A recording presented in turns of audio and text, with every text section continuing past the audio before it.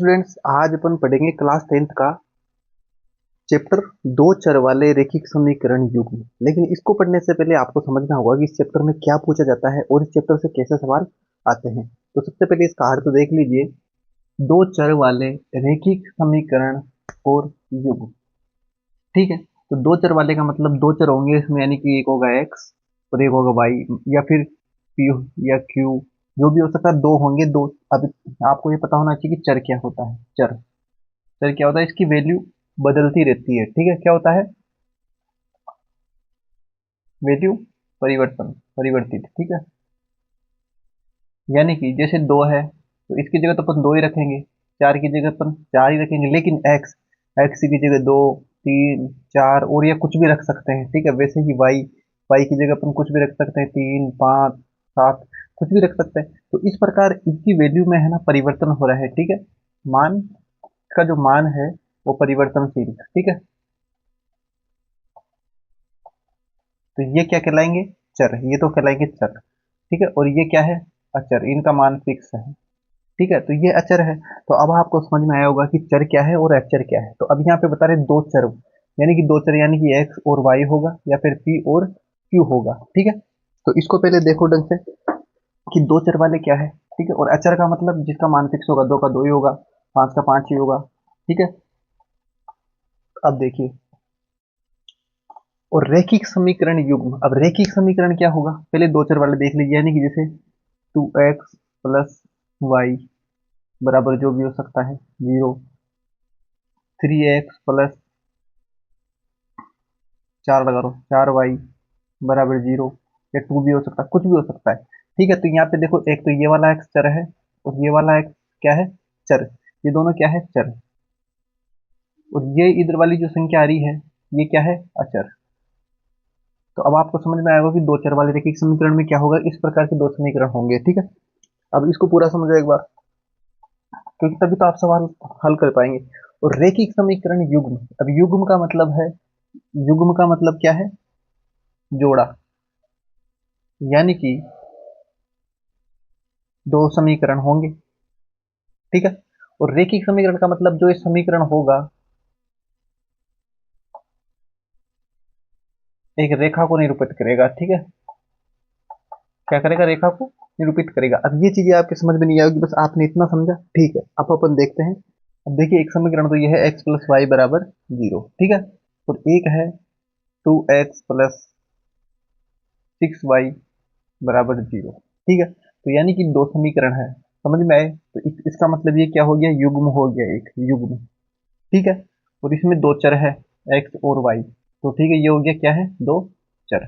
और अभी इन समीकरण को अगर अपन ग्राफ पे बनाएंगे, है ना, ग्राफ पे बनाएंगे तो ये रेखा को निरूपित करेगा। ठीक है, अब कैसे? जैसे अगर x बराबर जीरो रखते हैं, यानी कि इस लाइन को x बराबर जीरो रखते हैं, तो y बराबर भी जीरो ही होगा। ठीक है, लेकिन अगर x बराबर एक रखते हैं, x बराबर एक, ठीक है, तो y बराबर माइनस एक, x बराबर दो तो y बराबर माइनस दो। तो यानी कि ये इस प्रकार की रेखा इस पे बन रही है, ये पहले वाले पे। ठीक है, y बराबर माइनस, इसको एक बार एक्स प्लस वाई लिख देंगे, एक्स प्लस वाई, है ना। तो ये वाली संख्या बन रही है। लेकिन अब इस वाले में देखो, अगर इस वाले में एक्स बराबर जीरो रखते हैं, एक्स बराबर जीरो, तो वाई बराबर कितना आता है? वाई बराबर जीरो। ठीक है, एक्स बराबर एक रख लो। अगर एक्स बराबर एक रखेंगे, इसका देखो, टू एक्स बराबर सिक्स वाई माइनस का। ठीक है, अगर एक्स बराबर अपन एक रख देते हैं, एक्स बराबर एक रखते हैं, तो वाई बराबर माइनस का एक बट्टा तीन, तो यानी कि माइनस का एक बट्टा तीन यहाँ पे आ जाएगी। ठीक है, एक्स बराबर एक रखते हैं तो, और एक्स बराबर एक यहाँ पे, और इसमें भी अपन ने एक्स बराबर एक रखा था, तो वाई बराबर माइनस एक। तो यानी कि ये यहाँ, ये रेखा यहाँ से होती हुई और यहाँ से मिलती हुई जाएगी, और इन दोनों रेखाएं जहाँ पर मिल रही है वो इस समीकरण का हल होगा। इस प्रकार से इसके अंदर पूछा जाएगा। तो अब अपन कोई सवाल लेते हैं और फिर उसके बाद में शुरू करते हैं। संगत। संगत का मतलब होता है कोई भी समीकरण अगर संगत होंगे तो उनके हल होंगे, और असंगत होंगे तो उनका कोई भी हल नहीं होगा। अब यहाँ पे एक सवाल लेते हैं, उसके बाद में फिर अपन देखेंगे। तो ये अपने दो समीकरण युग्म है, जिसमें एक समीकरण ये है, एक वाला ये है। अब देखो, इसको ग्राफ द्वारा जांच करना है। कैसे? ग्राफ द्वारा। एक सवाल ऐसा ही आएगा पहला, जिसको ग्राफ के द्वारा आपको इस सवाल को करना है। अब देखो ग्राफ के द्वारा कैसे करेंगे, अपन क्या ग्राफ बनाएंगे, ठीक है। लेकिन ग्राफ बनाने से पहले अपन इसकी एक टेबल बनाएंगे पहली वाली की। अब वो टेबल बनाना सीखो, ये बहुत जरूरी है। यहाँ पे एक्स और इसका वाई का मान, ठीक है। अब देखो मैं सिखाता हूँ, ये टेबल इस वाली के लिए बना रहे पहली वाली के लिए। अब इसमें देखो अगर अपन एक्स बराबर 0 रख देंगे तो वाई का मान क्या हो जाएगा, वाई का मान 2 हो जाएगा। कैसे होगा, देखो एक्स बराबर 0 रख देंगे प्लस 3y बराबर 6, तो ये तो 0 हो गया, और इस 3 का इधर भाग देंगे इसमें, तो ये हो जाएगा 3 बराबर 2, ठीक है। तो यहाँ y बराबर हो जाएगा 2, तो यहाँ 2 लिख देंगे, ठीक है। और अगर अपन y बराबर 0 रख देते हैं तो x प्लस 3 गुणा 0 बराबर 6, ये तो गायब, तो x बराबर 6। तो अगर y बराबर 0 रखते हैं तो x बराबर 6, ठीक है। ये चीज अपन ने निकाल ली, किसके लिए, पहले वाले समीकरण के लिए। अब देखो अब यही चीज अपन को दूसरे वाले समीकरण के लिए करनी है। कौन से वाले के लिए, इसके लिए, ठीक है। तो इसके लिए भी समीकरण इस बनाना है। ये आपको पहले थोड़ा कठिन लग रहा होगा, लेकिन ये बहुत आसान चीज है, ठीक है। करो एक बार, उसके बाद फिर समझ में नहीं आए तो फिर देखना। अब यहाँ पे x लिख लेंगे, यहाँ पे y लिख लेंगे, क्योंकि x और y में, अब देखो यहाँ पे x की जगह पर अगर अपन 0 रख देते हैं तो 0 माइनस 3y बराबर 12।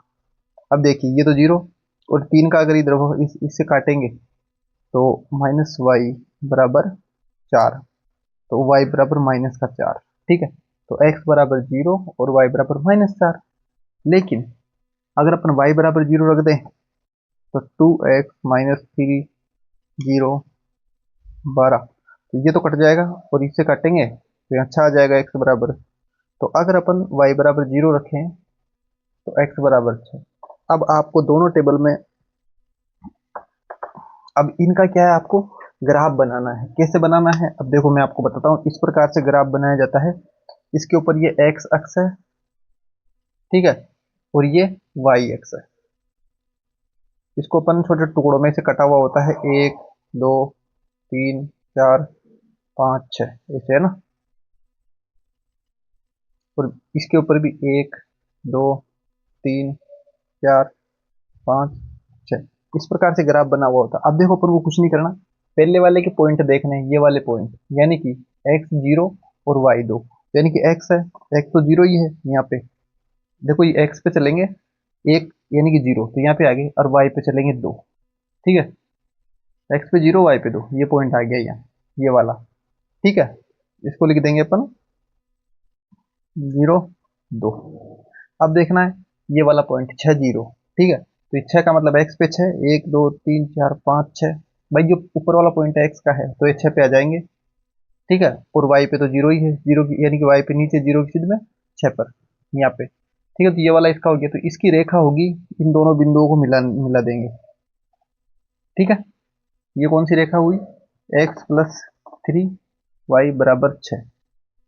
अब देखो इस वाले का जो रेखा बनाएंगे वही इसकी बनाएंगे, रेखा सीधी नहीं बनी लेकिन रेखा सीधी रहेगी, ठीक है। x बराबर 0, तो x बराबर 0 आ गई, और y बराबर -4, तो 1 2 3 4, ये माइनस के हैं, इधर इधर नीचे जाते हैं ना। देखो इधर जो x की इधर वाली संख्याएं प्लस में होगी, ठीक है, और ये ऊपर वाली संख्याएं भी प्लस में होगी, लेकिन ये वाली संख्याएं माइनस में होगी और इधर वाली संख्याएं भी माइनस में होगी, ये आपको ग्राफ में पता होना चाहिए, ठीक है। तो माइनस के 4 यहाँ पे आ गए हैं। अब करना क्या है, 0 -4, यानी कि x पे 0 और y पे -4, एक बिंदु ये आ गया। अब देखो दूसरा बिंदु है y पे 0, यानी कि y पे 0, y पे 2, y पे -2, y पे 1, y पे 0 है ना, और x पे 6, यानी कि x पे 6 यहाँ पे, तो इसको इससे मिला देंगे। अब देखो ये दोनों रेखाएं एक बिंदु पर मिल रही है, जो है 6 0, 6 0 पे ये रेखाएं मिल रही है, ठीक है। तो इससे ये रेखाएं जहां मिल रही है वहां इसका हल होगा, और जिसका हल होगा, मैंने यहाँ बताया था, जिसका अगर हल होगा वो संगत होगा। तो ये वाले जो समीकरण होंगे क्या होंगे, संगत, असंगत नहीं होंगे, ठीक है।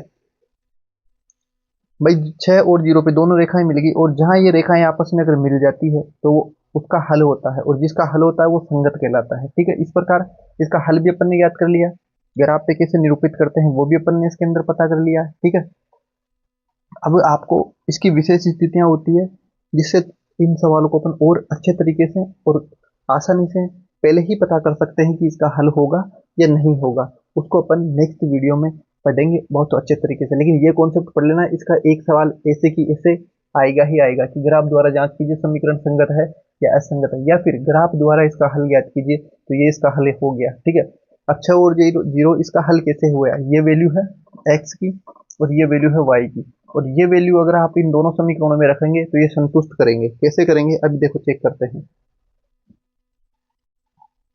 देखो पहला समीकरण है, इसमें x की जगह 6 रख दो, ठीक है, 6 प्लस और y की जगह 0, 3 गुणा 0 बराबर 6, तो ये तो 0 हो गया, 6 बराबर 6 इसको संतुष्ट किया, वैसे ही इस वाले को भी संतुष्ट करेगा। ठीक है, तो 2 गुणा 6 माइनस 3 गुणा 0 बराबर 12। अब देखिए ये तो ऐसे 0 हो गया, और 6 दूनी 12 बराबर 12, तो इसको भी संतुष्ट किया। तो जो दोनों समीकरणों को संतुष्ट करता है x और y के मान, यानी कि इन चर के जो भी मान इन दोनों समीकरणों को संतुष्ट करते हैं वही उसके हल होते हैं। ठीक है,